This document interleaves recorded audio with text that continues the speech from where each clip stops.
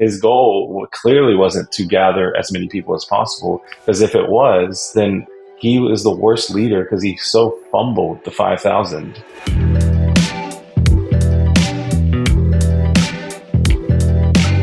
Well, hey everyone, welcome to the Intentional Churches podcast. My name is Erin Johnston and I'm here with my co-host.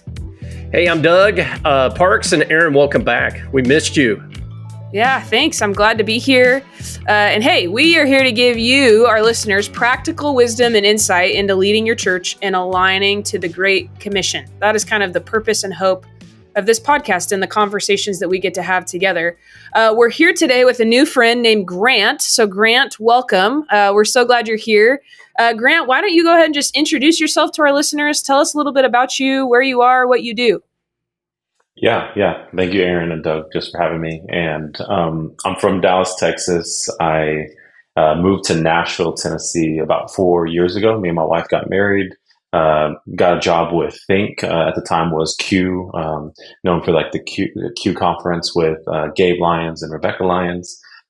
We've since changed our name to Think, Think with a Q and instead of the K. And then, what we do is try to help Christians better navigate culture. But I definitely have a special emphasis as the Next Gen director with them on how do we help leaders in culture who are believers, whether they're speakers, authors, musicians, nonprofit leaders, entrepreneurs, pro athletes, and just trying to make sure these Christians who are in culture kind of see themselves as missionaries in the world, especially when there are less young people going to church than before. And we think it's so important that they don't feel like they're the B team, but that they are a part of the mission of God.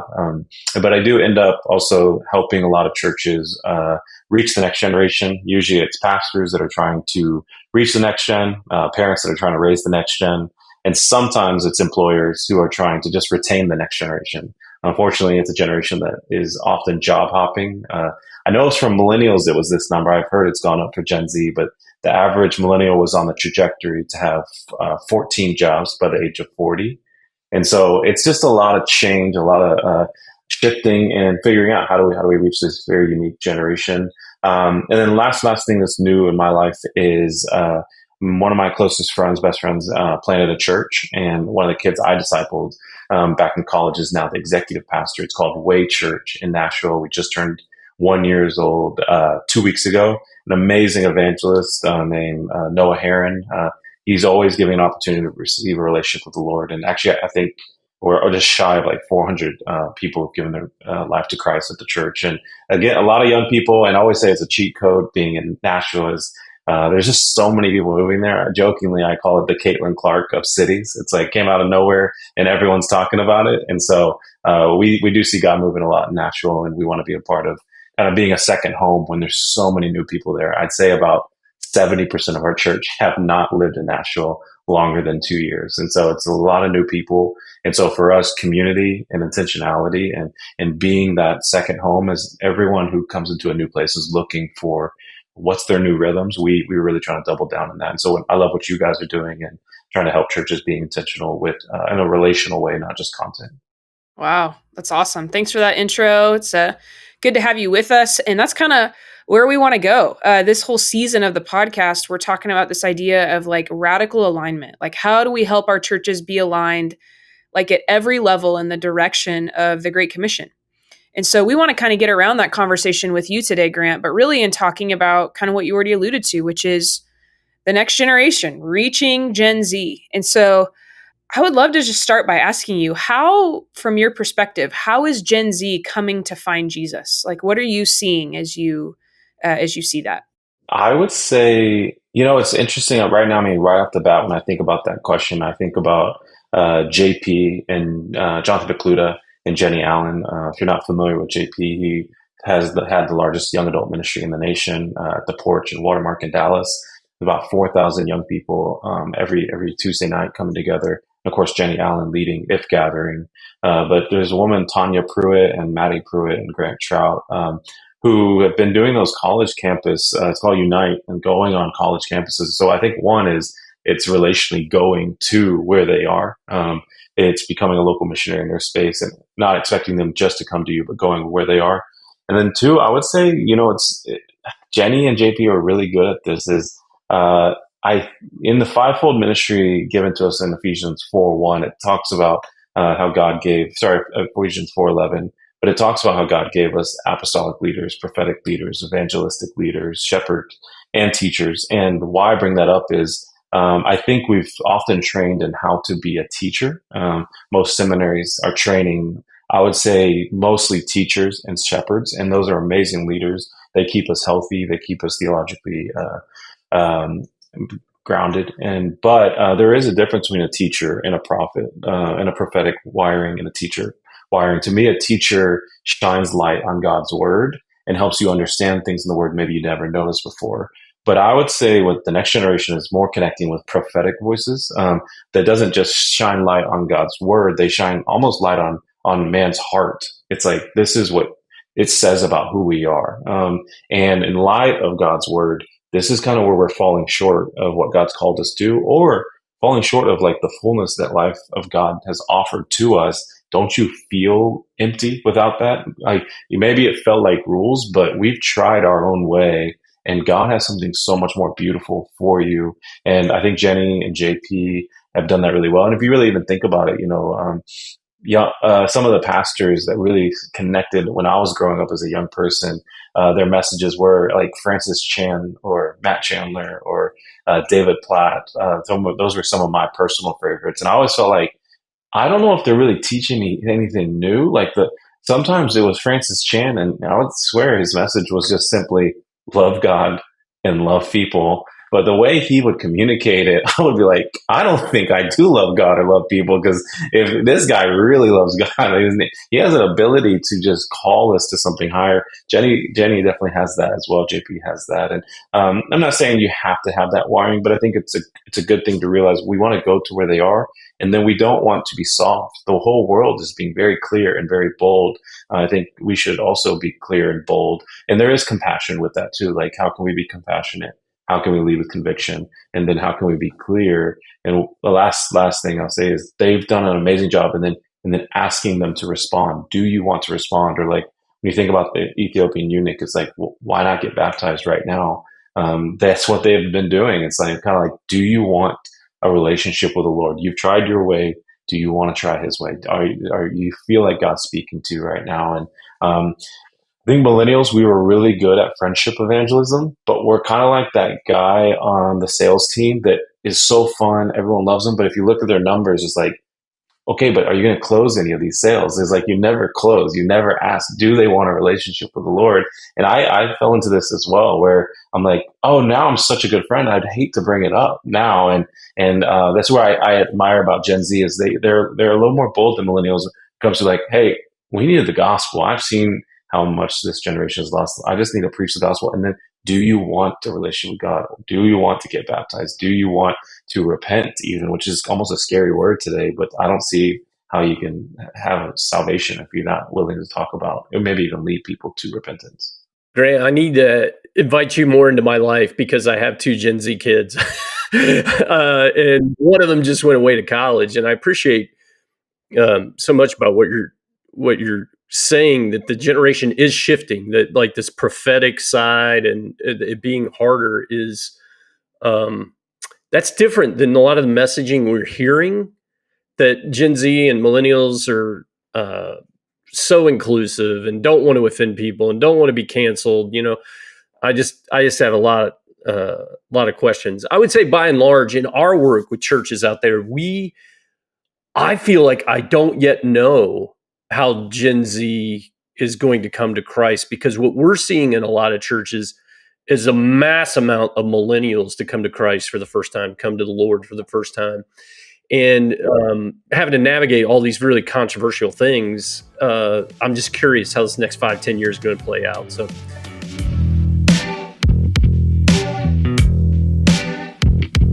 I would love to toss a question back to you, Doug, and then hear from Grant on it, which is like, based on what Grant has said so far about how Gen Z is coming to find Jesus, what are the differences you see between what Grant is describing in Gen Z and then the baby boomers and even your generation? Like, what are some of the differences and similarities? Yeah, I think the the baby boomers and those of us who've been in church leadership for a long time and really got our practical ministry education from Willow Creek and Saddleback, and churches that were planted and became these humongous teaching churches. There was kind of an adoption of early stages of this: don't offend anyone. You want to not offend anyone, so you don't talk about money. Like a seeker-sensitive model or attractional model would be really cautious about how they talked about money and its place in it. And a lot of church leaders in those generations, Gen X and Boomers, really had a difficult time talking about giving as a discipling strategy or mechanism.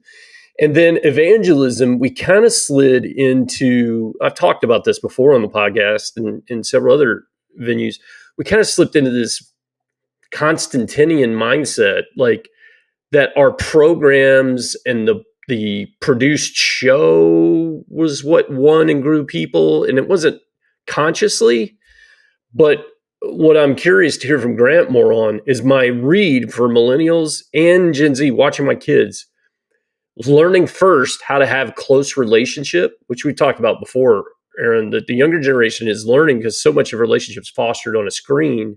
How do I have a real relationship with a real person and be vulnerable and authentic? That it's kind of like with IC, we're holding up a sign saying if we're going to reach the millennials and Gen Z, we got to get back to the basic of blocking and tackling of relationship building, trust building, vulnerability, authenticity. And to Grant's point, the risk of offering what Jesus has to give somebody that's new, fresh life, at the risk of being potentially canceled or criticized or put in the far right wing or whatever it may be. So, right, for sure. Yeah, Grant, I don't know. This prophetic thing, you got me thinking. Like, talk more about the prophetic teaching and like what. Yeah. And again, it's not like when I mentioned Matt Chandler, David Platt, and French Shin. They're the only ones that reach Next Gen. There are others, but I just you kind of went through the church over the decades, if you will. I've thought of it similarly in that I feel like from the outside looking in, feels like before before the sexual revolution, that it feels like church used to be like this sacred event, but it was a little bit stodgy, and there was like the Jesus movement that was right around the same time of the sexual revolution, and they kind of gave them an experience that was bigger than like a generation that was looking for experience. They showed like there's a way bigger experience in Jesus. Like it's not a high that goes away. It's a water, like what Jesus literally kind of talks about, how this is, you won't have to keep coming back for this. Like, and I think where it kind of changes, maybe instead of a generation looking for experience, I feel like when I'm trying to look at what is this generation like seeking for, because I always feel like the gospel offers that manifold, like so much more. And sometimes I've wondered lately if it's identity instead of experience for this generation, is that they're so looking for identity. If it wasn't that, then I would say it's platform or purpose. I actually sometimes think that what we used to be so worried about was the prosperity gospel. And now it seems like we should be concerned with what I would call like a platform gospel, because so many people in the next generation, Christian or not Christian, feel this urgency, this pressure, maybe an anxiousness that they need to do something that makes a difference in the world, and they need to build a platform to do that. And so if prosperity gospel was to use God as a stepping stone to where you had some God, yes, it wasn't like I don't like God. It's like, no, I have a relationship with God. It's a bit transactional so that I can have God and prosperity. I would say that's where I see a lot of young people, even Christians that are young, fall into this relationship with Jesus, where it's a platform gospel instead, which is way harder to discern, because it looks good to do big things for God. It looks good to build a platform that helps people. It looks good, and you don't unless you assess your heart. And so all that to say, when I look at the older church, it was like a sacred event. Then through the seeker-sensitive movement, which at the core of the heart was to reach lost people. And so I applaud that. And I got saved at a seeker-sensitive church, very first time I ever went. And so I see the good in what God has done and is doing at churches like that. But I would say if it went from a sacred event, I think they tried to make it a sacred, awesome event where it's like, I want to make it sacred, but I also want it to be something that my kids want to go to, that I want to be there. I can confidently invite my friends to. And I think I get that. That's not a bad intention. But every pendulum kind of swings with every new generation that sees a church and is like, it's kind of missing this, or I'm tired of this, or I want this. And there's a shadow as well. And I would say the shadow of the seeker-sensitive church, most would say, seem to be like it's a little hollow, or it's a little softer, it's a little showy, even a little too showy at sometimes. It's a little too comfortable. It's a little too sensitive to like, well, how do we make your life better? And sometimes these harder things that God does talk about might offend or hurt. And so when I see Matt Chandler, David Platt, Francis Chan, or even a Mark Driscoll, who did connect with a lot of young people, they were not doing seeker-sensitive messages. They were not doing seeker-sensitive churches. They were like convicting people so much. And that, I would say it went from a sacred, awesome event to a sacred, awesome, authentic event, or maybe more of an authentic event than an awesome event. And so lately I've been thinking, okay, what is the new shift? Because everyone wants an authentic church, of course. And, but I think what we have been doing is we've been thinking of how to like make the experience on Sunday a little bit better. What's the new adjective? And in my opinion, instead of thinking how do we make Sunday better, it's like, how do we make the people better? Like what should we be making them? And so I'd like almost switch it of, instead of sacred, awesome, authentic event, how do we make like sacred, awesome, authentic disciples who go out into the culture? And then that's going to change things. That's why, again, why I really love what you guys are doing is it's really changing the product or the end goal. The product is not all our energy, so much of our budget, so much of our creativity going into Sunday. It's all that going into the people, and how do we make them able to be missionaries in culture? That's good. We talk often, Grant, about the church of the future. I think for this younger generation really has to have a viewpoint. We are a training and sending organization, not a gathering and holding organization. And Right. I think the event got us to gathering and holding on accident. The event with the programmatic church. Yeah. Even on the event and holding or the launching mentality. I don't know if you ever thought about this, but most college campus ministries, especially ministries on campus, like they don't have a building, they don't have a local place to come. They just have a presence on campus. Most of those ministries become discipleship oriented ministries. And it's because they don't have the luxury of like, hey, come to our church and stay at our church, or they don't have the luxury of you're going to even stay in this city. They almost know you are in this city because of this college, and after you graduate, you are going to leave. And to me, that forces them to think in a discipleship mentality. They're like, our goal is not to keep coming to this thing as long as possible. Our goal is to prepare you, knowing you're leaving, so that when you leave, you do not need us to go and make an impact where you go. And to me, when I hear that mentality, I hear Jesus and the disciples. His goal clearly wasn't to gather as many people as possible, because if it was, then he was the worst leader because he so fumbled the 5,000. He truly, if he was doing the leadership style of what we do today and what we value today in our scorecard, anyone would say, you got 5,000 people here? Let's do this next week. And then let's do it next week. And we were like, don't miss it. You don't want to miss it. Come back next week. We'd get into that rhythm and routine that we often do. But it's so shocking to me that he left the 5,000 to disciple the 12. And what that tells me is not that the gathering is unimportant, because clearly it was super important and he contributed time to it. But it did show me more important was the discipleship part, because he then continued to pour in the 12. I would also say we're here more because of the 12 than we are because of the 5,000. And lastly, this is the perfect timing with the next gen and Gen Z. I think Gen Z is super hungry for the number one thing I think we're supposed to be doing in the Great Commission, which is making disciples. Like even unbelieving young people have an uptick of desire for mentorship, guidance. I think with colleges not preparing or setting young people apart like they used to, and so many systems like failing them, to have someone who's older, who wants to invest in you, wants to guide you, wants to speak identity over your gifting or your character, it's invaluable. I jokingly say sometimes we need to make the commission great again.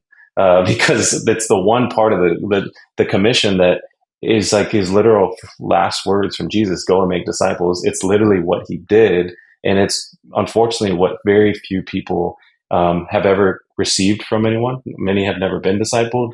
Many have never been asked to disciple. And unfortunately, therefore, many are not discipling anyone. And what it ends up happening is I think we're calling it a next gen problem. I think what we really have is a discipleship problem. And until we fix the discipleship problem, we're always going to have a next gen problem because it's a generation that's not getting discipled.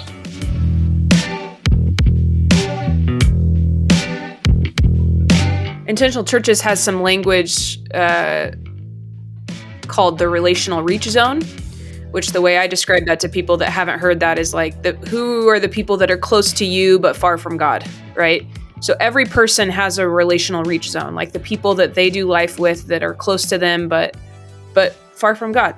And so how are you thinking, Grant, about equipping, like inspiring and equipping the Gen Z people that you're in relationship with to reach those that are close to them but far from God? Like, how are you inspiring and equipping them to do the thing you're talking about, to go and to make disciples? What are you actually doing to yes, inspire, but also to like tangibly equip them to be able to do that? Yeah, this may not fully answer that question, but it's what comes to mind right now. Is probably the number one thing I'm trying to do as a millennial towards Gen Z is what I'm trying is basically speak life into the gifting that I feel like God has kind of put in their DNA. And I know that if they're faithful and they hear God's voice, they're going to then use that gifting to reach their generation. So often we're trying to figure out how do we do ministry to the next generation, and I'm trying to do ministry through the next generation because the next generation reaches their own generation way better than I will. But what I do think, as I get the privilege to be around some of the most high capacity young Christian leaders like in the nation, I'm starting to try to reverse engineer what's working in developing high capacity young leaders. Because I think all the research generally has been on one question: why is the next generation leaving the church? And so we do all this research to find out why they're leaving. And that's not bad. It just doesn't solve the problem. Even if we had 100% accuracy on why they're leaving, it's still a problem half solved. Sometimes we study on why young people stay in church. But I want to study what is the common theme among Christians who are not just staying in church, they're leaders on behalf of the church. They're leaders in the church and they're in the next generation. Like what happened in their story? What happened that they prioritized as a young person? What's that combination? And how do we normalize those elements? And so for me, one of the biggest things, I've never met a high capacity young leader. I'd love to hear maybe for you, Doug, like, cause I can almost guarantee someone did this for you is, I've never met a young leader, and I've never met a high capacity young leader at any age actually, that didn't have someone at a young age see something in them and verbalize that gifting in them. And that gifting often is now still aligned with what they potentially do today, but someone saw it in them when they were like a teenager. And the more moments they had that, the more they pursued that gifting. And the classic verse around next gen is 1 Timothy 4:12. Don't let anyone look down on you because you're young. Set the believers an example in speech, conduct, love, faith, purity.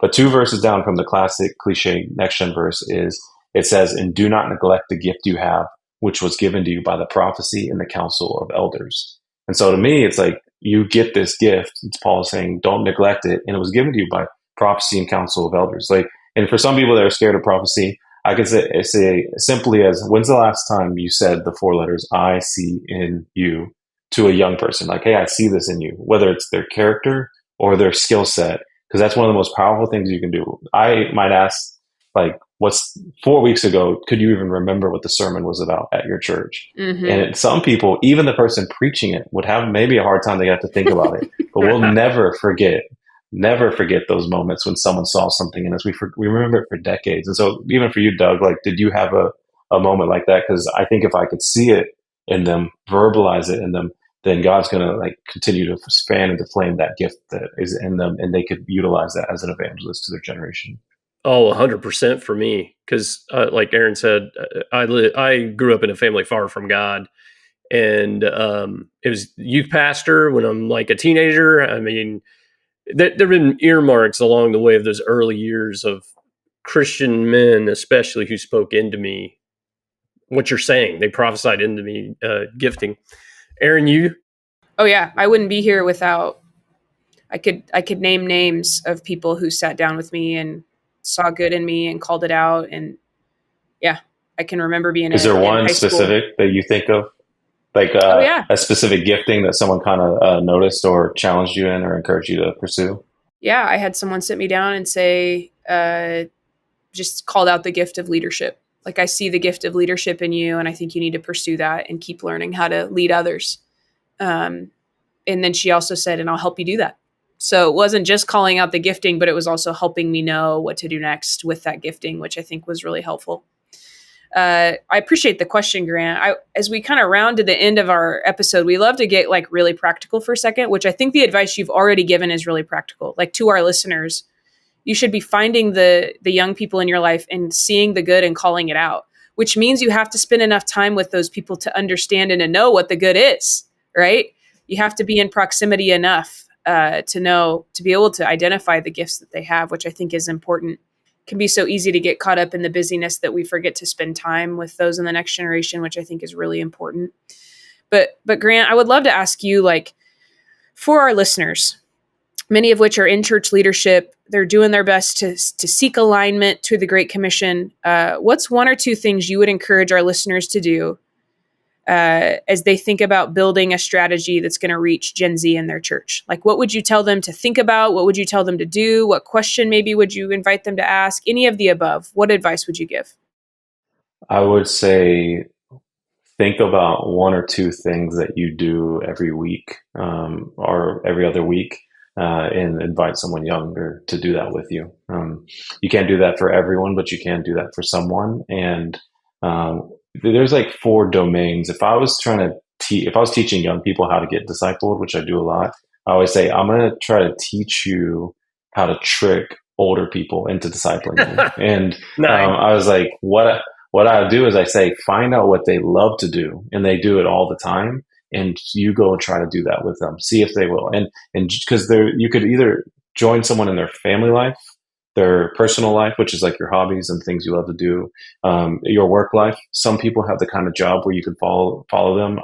As someone who learned how to become like a speaker and nonprofit leader, I was a very blessed to have a handful of men that allowed me to travel with them, to go to meetings with them, and it was massively impactful. Like, of course, we've all heard discipleship is caught more than it's taught. I never graduated college. I successfully dropped out 3 times, but I followed some amazing older men that let me follow them, and I'm indebted to those people for the rest of my life. And so it's your personal life, your work life, your church life, and your family life. But I think the personal life is one of the most fun places to start. It's one of the easiest ones. It's something you like to do anyway. And generally, I tell young people, if you try to do what they love to do, they'll probably want to say yes more than if you say the other ones, because they love doing that. And if you can give them an excuse to do kingdom work while playing pickleball or playing golf or doing whatever, going to the movies or whatever they like to do, it's even better.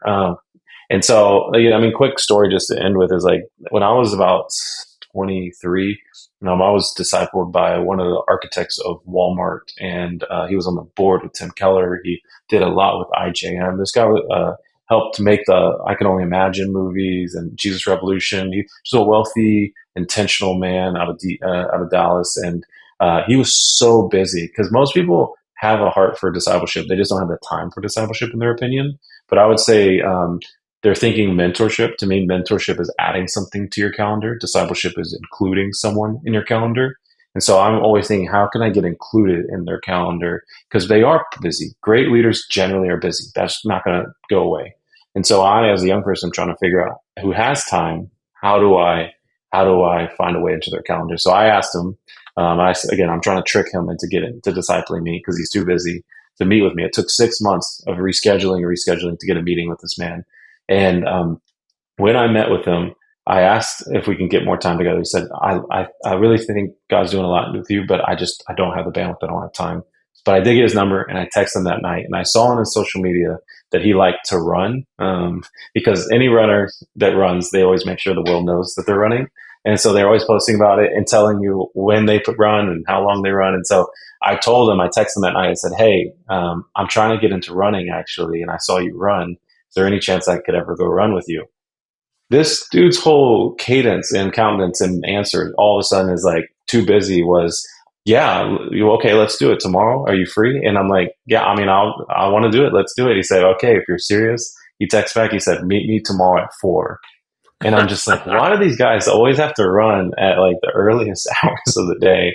And I love to tell you all that it was like my best experience in discipleship. But I showed up downtown Dallas at his offices at 4 a.m. Not the best time to be in downtown Dallas, but this guy did not even show up. I ended up staying about an hour. I don't get a text back. I don't hear from him.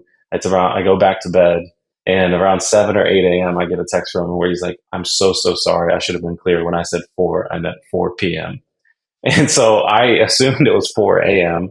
and showed up. But I honestly, because I knew, I actually was like, yes, I'm glad that I showed up because this guy's going to know I'm serious about getting discipled. Because I also would say it can't just be someone older and wiser giving their time. It has to be someone young who's hungry and humble and keeps their word. And all that to say, I think that man has done so much life with me, has helped me so much. We started by running together. I ended up entering into his life in so many other ways.